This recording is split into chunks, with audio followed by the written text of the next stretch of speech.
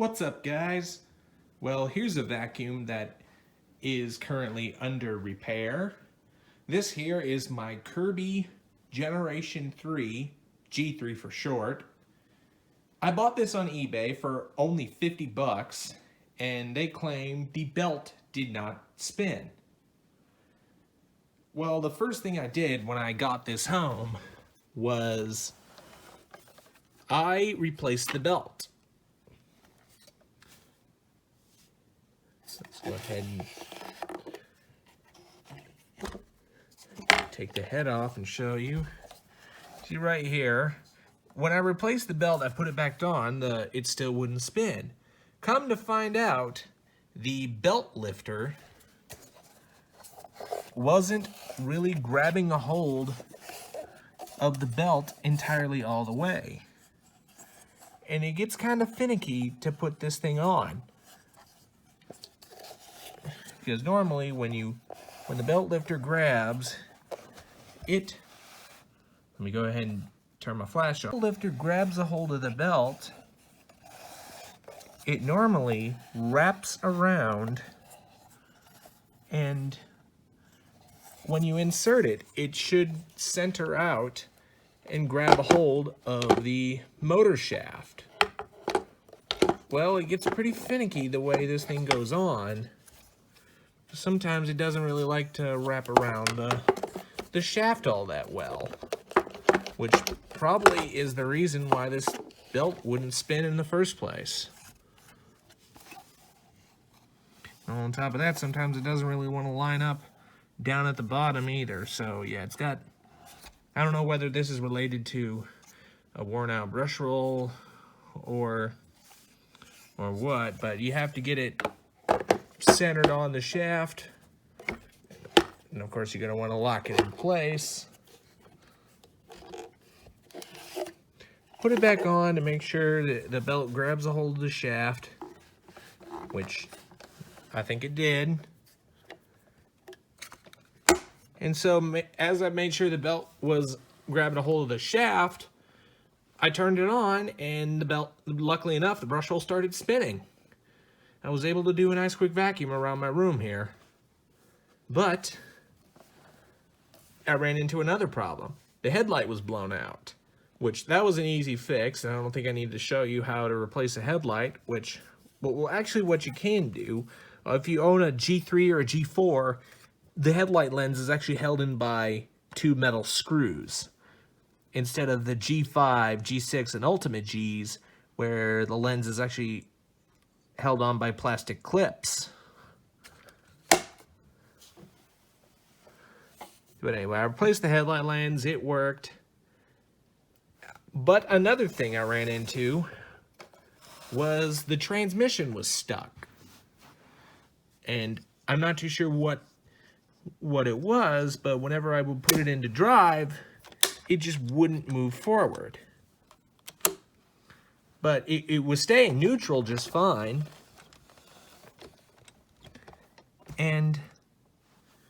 But it wouldn't go into drive. In fact, it would still act like it's in neutral. So I managed to take it apart and get the transmission slider mechanism to move forward and back, which it was actually stuck. I managed to get it freed up, but I think one of these days I might need to oil that up just to make sure I know nothing's getting locked up again. But surprisingly, the transmission does sound healthy, and I'll give you a brief run later on. But anyway, the point of today's video, oh, one more thing I did have to do when I got this is I replaced the mini MTOR when I got it. This is unfortunately from an Ultimate G, which it is kind of light gray. As you can see, it doesn't match the white on the rest of the machine. But I did manage to keep the original outer bag that says Generation 3 on the front. I didn't have to get a whole replacement, luckily. But I do kind of think this light gray color matches the light gray that's already on the wheels on the front and the back. And speak of the devil, that is actually the point of today's video. I am going to show you how to replace these wheels on a Kirby Generation series. And here are the replacement wheels. I got it. And unfortunately, I only have one hubcap for it. I do have another hubcap that's currently coming in the mail, but it hasn't shown up yet. So for the time being, I'm going to have to use this hubcap only for the time being, which is its original hubcap it came. So I was lucky enough and able enough to reuse it. But here are the new wheels that I got for it. As you can see, I tried to make sure they're the same light gray to match the theme for the machine. You can get these in dark gray or black, but I personally wouldn't do that if you have an Ultimate G or a G3. If you get the dark gray or the black, that would be good if you had like a G6 or a G4. Well, black would be better if it was for G6. And unfortunately, Kirby no offer supplies maroon replacement wheels for the G5 because apparently it was too expensive to manufacture, and Kirby just decided, you know what, they won't know the difference, just put black wheels on it and put a maroon hubcap over it, and you won't even know it's for a G4 or G6.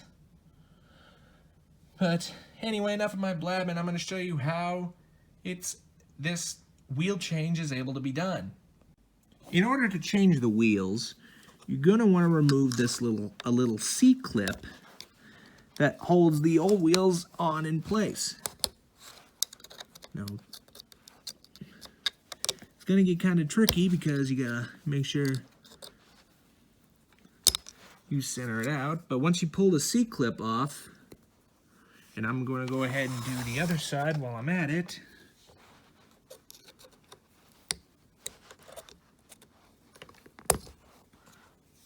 Let's make sure we don't lose those. And after that, I'll turn this sideways, but your wheels can simply just pull off like so. The bottom one can do too.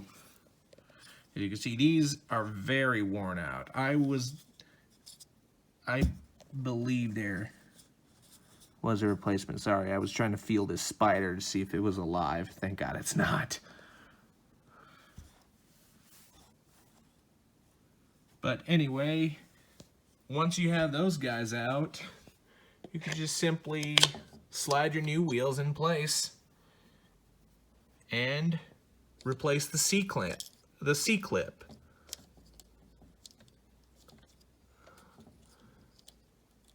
And I know it would be a lot better if I had a newer C-clip, but I'm one of those work with what you got kind of people, and now you just gotta slide this guy in its place.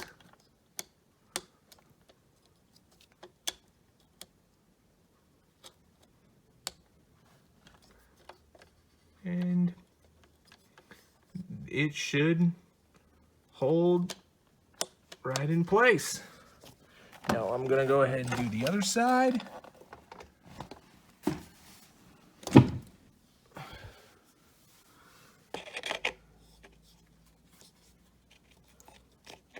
Just slide it right in. Replace the C-clip.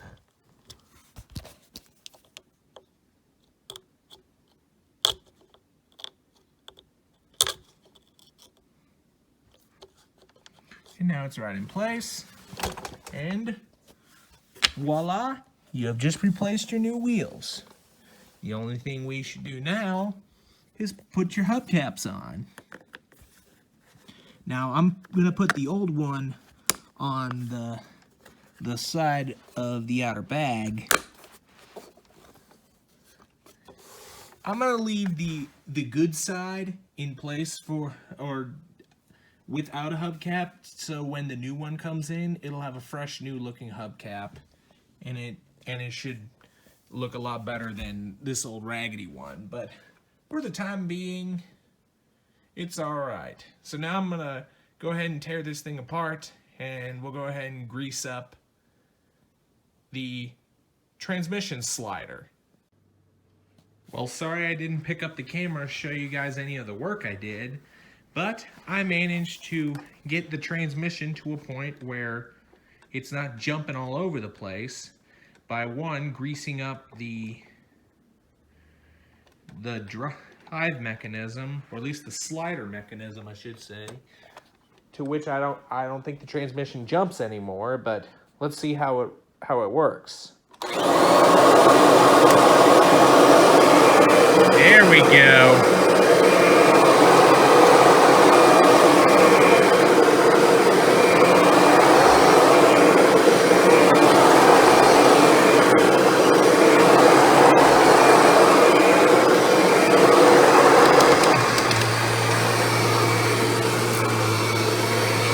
Feels a whole lot better now.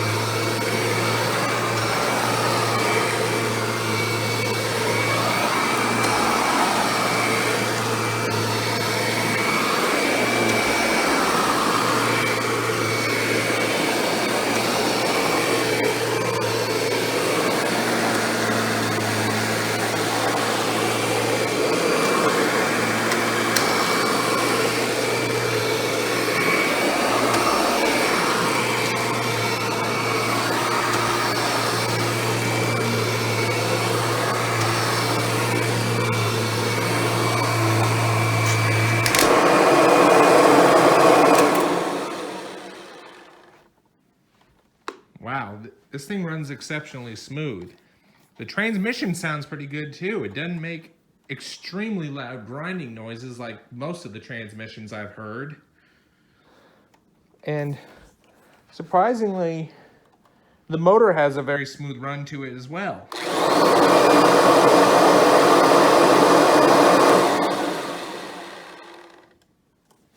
Doesn't make any squeaks on wind down. But anyway, more videos using this Kirby to come. Be sure and stay tuned for that. So I hope you've enjoyed this little video. Be sure and stay tuned. Don't forget to like, rate, comment, and subscribe. Thanks for watching, and we will see you next time.